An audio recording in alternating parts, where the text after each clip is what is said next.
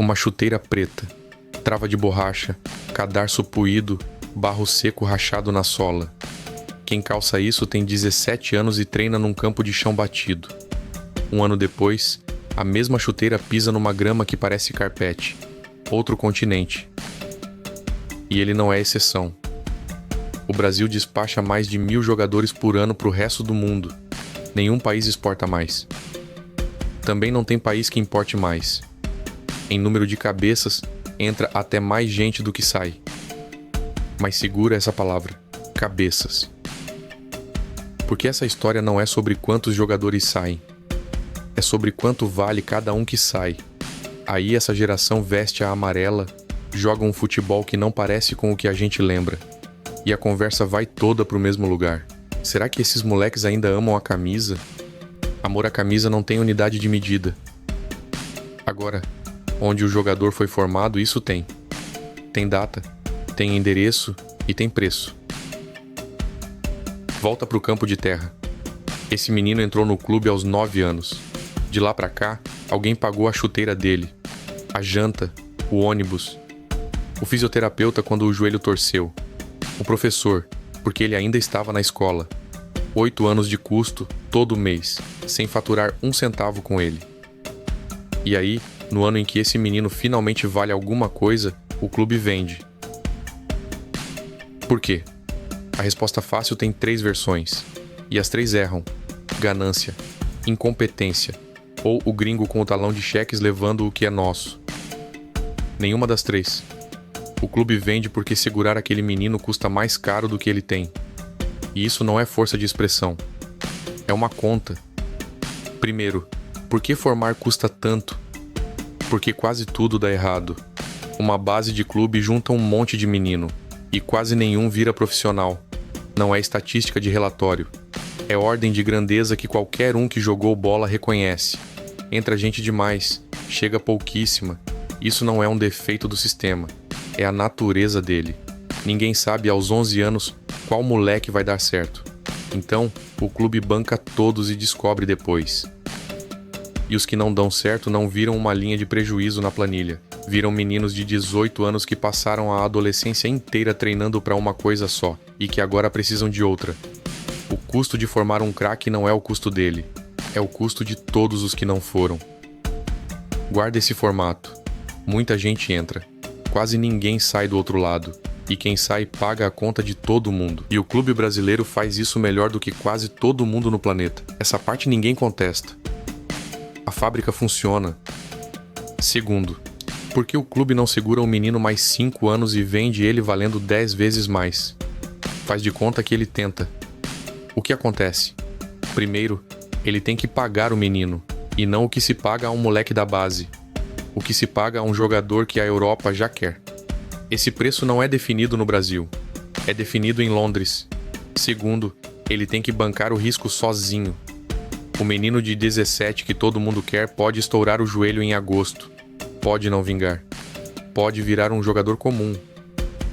A maior parte vira. E terceiro, ele tem que esperar.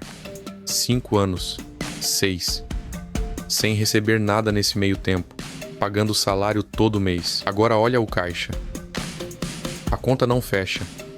E não é força de expressão. Somados, os clubes da primeira divisão devem quase tudo o que faturam num ano inteiro. Tem clube devendo 3 vezes a própria receita. Isso não é um jeito de dizer que eles não podem segurar um jogador. É o balanço deles. Quem deve 1 ano de faturamento não tem como financiar 5 anos de espera. E o Brasil sabe do tamanho disso. Em 2021 aprovou a lei da SAF, que no fundo é um resgate. Ela criou um regime para organizar a fila de credores de clube endividado, do mesmo jeito que se faz com empresa à beira da falência. Lei assim não se escreve para quem está bem, escreve-se para quem já não consegue pagar o que deve. Segurar um ativo que valoriza é privilégio de quem tem dinheiro para esperar. O clube brasileiro não tem, então ele faz a única coisa que sobra. Vende o risco para quem consegue carregar. E recebe à vista um cheque que resolve o ano dele. E repara, isso não é uma derrota. É a decisão certa. Dado o caixa que ele tem, vender é exatamente o que um bom administrador faz. Um dirigente que segurasse o menino por amor à camisa quebraria o clube. E tem um detalhe que mostra o tamanho do aperto melhor que qualquer planilha. Começa cedo. Pela regra brasileira, o clube pode amarrar o menino num contrato de formação a partir dos 12 anos. E amarra, o mais cedo que a regra deixa. Trava a criança de 12 anos porque já sabe o que vem. Um dia vai ter que vender. E na outra ponta tem a regra da FIFA. Jogador com menos de 18 anos não se transfere para fora do país. Existem exceções, mas nenhuma abre um caminho comercial de rotina. A do passaporte europeu, que todo mundo jura que resolve, especificamente não serve. Ela exige que a transferência aconteça dentro da Europa, origem e destino. E um menino registrado num clube brasileiro não se encaixa. Então, na prática, a porta para a Europa só abre aos 18. Então junta as três pontas. O clube trava o menino aos 12. Vende os direitos dele aos 16, 17. E o menino só embarca aos 18. Quer dizer, o clube vende 2 anos antes de o jogador poder sequer pegar o avião. Não consegue esperar os 5 anos que fariam o menino valer 10 vezes mais. E não consegue esperar nem os 2 anos que a própria regra do futebol obriga. Vende o jogador antes de o jogador poder sair do país. O problema não é a decisão, é que ela é a única disponível. E um país onde a decisão certa, tomada por todo mundo, todo ano, produz sempre o mesmo resultado. Esse país não tem um problema de gestão, tem um problema de capital. Terceiro, e é aqui que tudo se junta. O menino foi vendido. Quanto o Brasil ficou disso?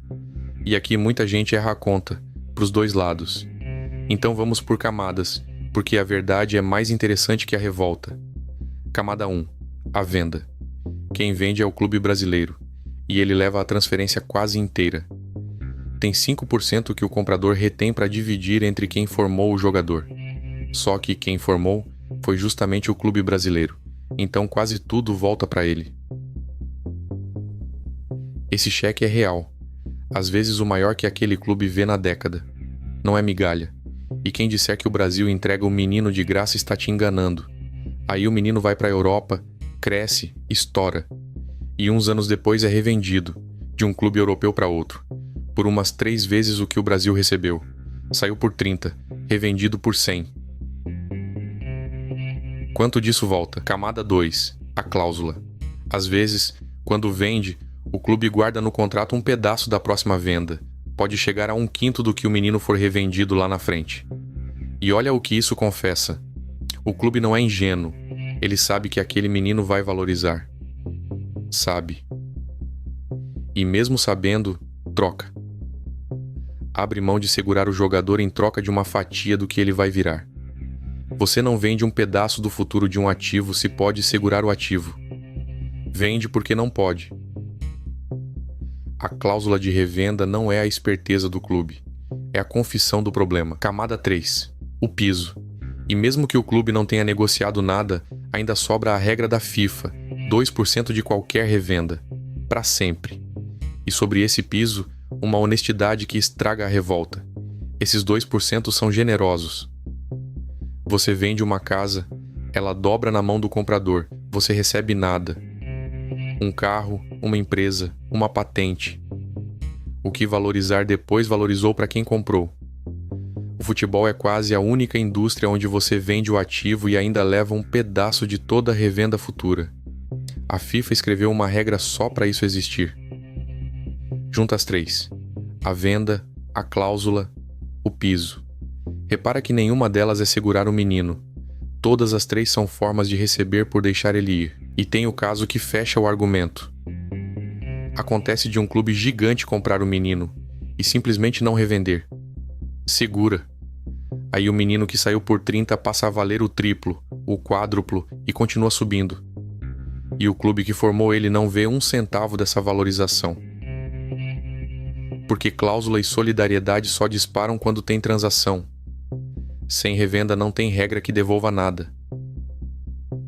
O clube formou um dos jogadores mais valiosos do mundo e participa da fortuna dele com um cheque só, lá atrás. E se soa familiar, é porque é. O Pará vende o açaí como polpa. Quem monta o bowl fica com a margem. O Brasil exporta o petróleo cru. Quem refina fica com o valor. Sempre a mesma engrenagem. Quem não pode esperar vende no ponto barato. Quem segura o ativo até valorizar fica com a diferença. Aí você pensa, peraí, o clube europeu pagou, esperou e correu o risco. Ele merece o retorno. Merece. Essa é a parte sem saída fácil. O clube que comprou aquele menino de 17 podia ter perdido tudo, e na maior parte das vezes, perde. O adolescente caro que vira estrela é a exceção. Do lado de lá, o funil é o mesmo funil. 2 escalas. O Brasil arrisca barato e ganha barato. A Europa arrisca caro e ganha caro. Ninguém está roubando ninguém. Não tem vilão nessa história. Não tem quem punir. Não tem lei para aprovar. Não tem gringo para xingar. Cada um está fazendo a coisa certa com o que tem no bolso. Só que o que tem no bolso decide quem fica com a margem. E aí você pergunta a coisa óbvia. Então usa o cheque da venda para segurar o próximo. Não sobra. E isso o balanço mostra. O dinheiro que entra vai pagar a dívida, a folha, o ano. Daqui para frente, porém, o que eu vou te dar é uma leitura, não um dado fechado. Me parece difícil de escapar. Mas é leitura minha, não estudo. Cada venda tira do Campeonato Brasileiro um dos jogadores que faziam ele valer a pena assistir. E um campeonato mais fraco tende a valer menos na TV, a encher menos o estádio, a atrair menos patrocínio. Com menos dinheiro, o clube segura menos gente. E segurando menos, vende mais cedo e mais barato. Um ciclo que, se a leitura estiver certa, se aperta a cada volta. O que não é leitura é o ponto de partida. O cheque da venda nunca vira capital, vira sobrevivência. E a capacidade de esperar nunca chega. Agora, a parte incômoda. Tudo isso é péssimo para o país. E é ótimo para o menino. O centro de treinamento europeu tem o gramado, o médico, o nutricionista e um salário que muda a vida da família inteira dele num contrato só. Nada disso é fácil de achar do lado de cá. Um moleque de 17 que recebe essa proposta e diz não. Por amor à camisa, não é herói. É alguém tomando uma decisão pior para a própria vida. Culpar quem vai é a coisa mais confortável e mais desonesta que dá para fazer com esse assunto. A saída é racional. O incômodo aqui é estrutural, não moral. E tem mais. Dá para discordar de que a exportação seja ruim no saldo. Tem gente que argumenta que ela traz divisa, banca o clube que não se bancaria sozinho e devolve o jogador melhor do que ele saiu, inclusive para a seleção. Esse ponto é disputado de verdade, e fingir que está resolvido seria vender opinião como fato. O que não é disputado é o principal. O Brasil apareceu na mesa, pela venda, pela cláusula, pelo piso da FIFA. Recebeu em cada porta. Mas nenhuma dessas portas é segurar o jogador. Todas são o preço de deixar ele ir. E entre formar o craque e ficar com o craque, existe uma distância que ninguém contesta.